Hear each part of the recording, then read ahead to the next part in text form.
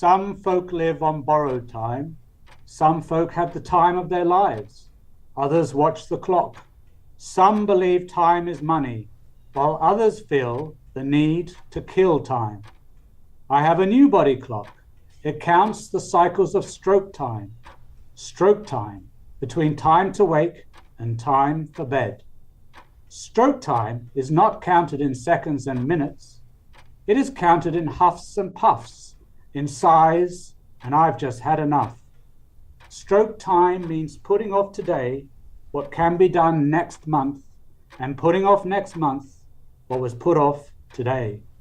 Stroke time marks out the undertaking of getting out of bed only to sit in a chair and think about returning to bed. Stroke time is the interval between thinking about doing something and doing it. My watch is synchronized to stroke time. It tells me that it's too late, too dark, too rainy, too hot, too early, too soon, too far, too long, and then gives me another hour to reconsider if it is still too late, too dark, too rainy, too hot, too early, too soon, too far, and too long. Other folk don't recognize stroke time.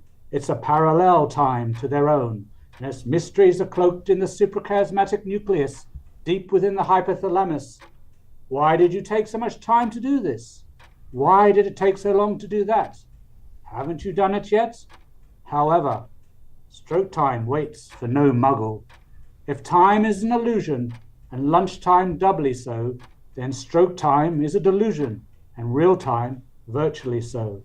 Just 10 more minutes, just 1 more hour, as my mind fuddles through the day. At the stroke clock struck. It can't be wound back. It's now what makes us tick.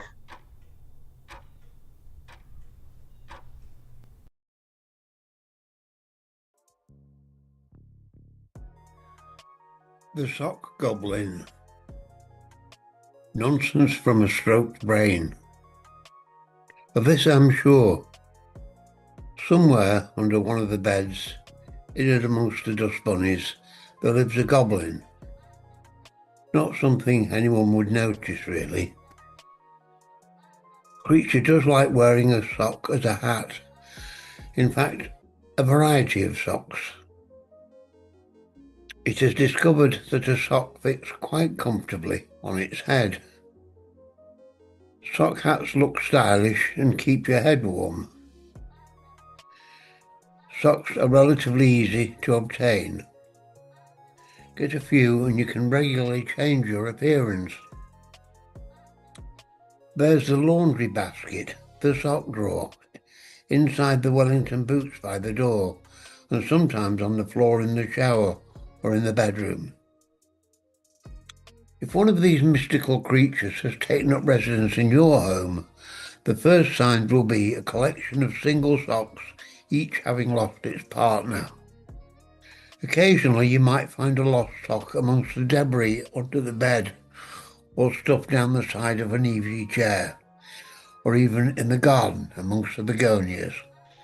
Remember though, these are no longer socks. They have become goblin hats, and as such are slightly magical. They can disappear and reappear at any time. There will be more, always more. The goblin says so. Keep on keeping on.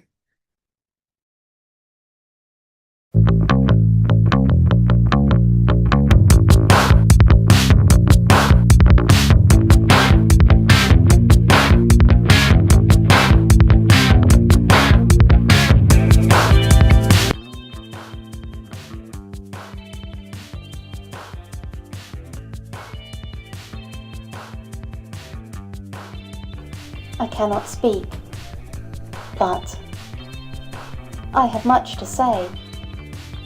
On a dark hospital corridor, cool wind in my hair, warm smell of bleach, rising up through the air.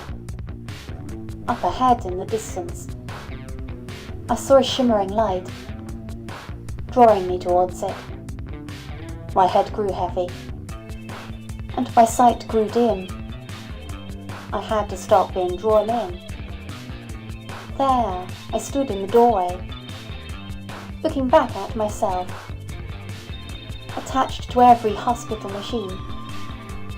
I heard the heart monitor bleeping, and I was thinking to myself, this could be heaven, or this could be hell. Then I lit up a candle and fought my way back to my body. There were voices down the corridor. I thought I heard them say, "Welcome to the Stroke International." Such a lovely place. Such a quiet space. I'm in interspace, between life and death. Plenty of room.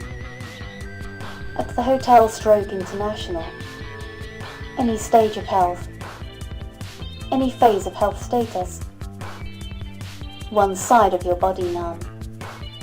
What is the cause? The brain fog is all-consuming. I don't understand. What is happening? I feel so alone.